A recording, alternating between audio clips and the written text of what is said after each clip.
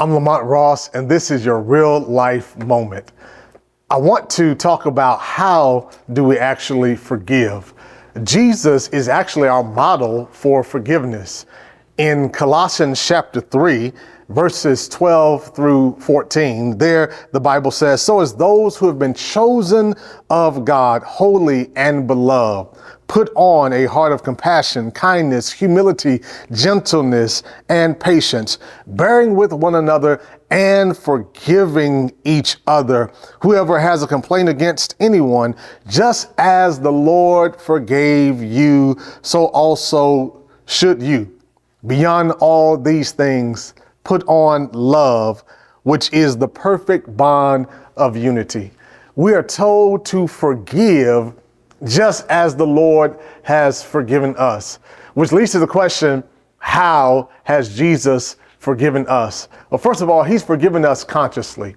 He made the decision to forgive us, made the decision to die for us while we were still sinners. He forgave us consciously. And then that forgiveness is communicated. He does not leave us wondering whether or not we are forgiven, but time and time again in his word, we're told that we are forgiven.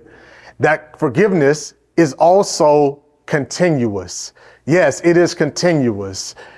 He forgives us over and over and over again. And in Luke chapter 17, verses 3 through 5, Peter thinks that he can take the shortcut to forgiveness.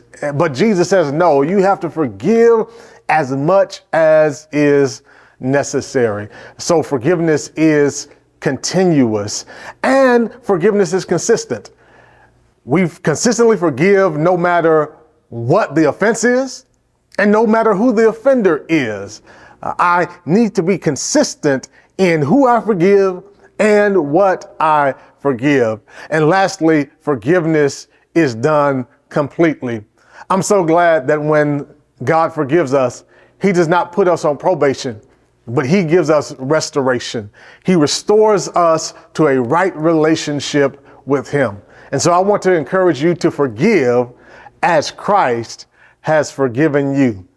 This has been your real life moment with the Marcellus Avenue Church of Christ.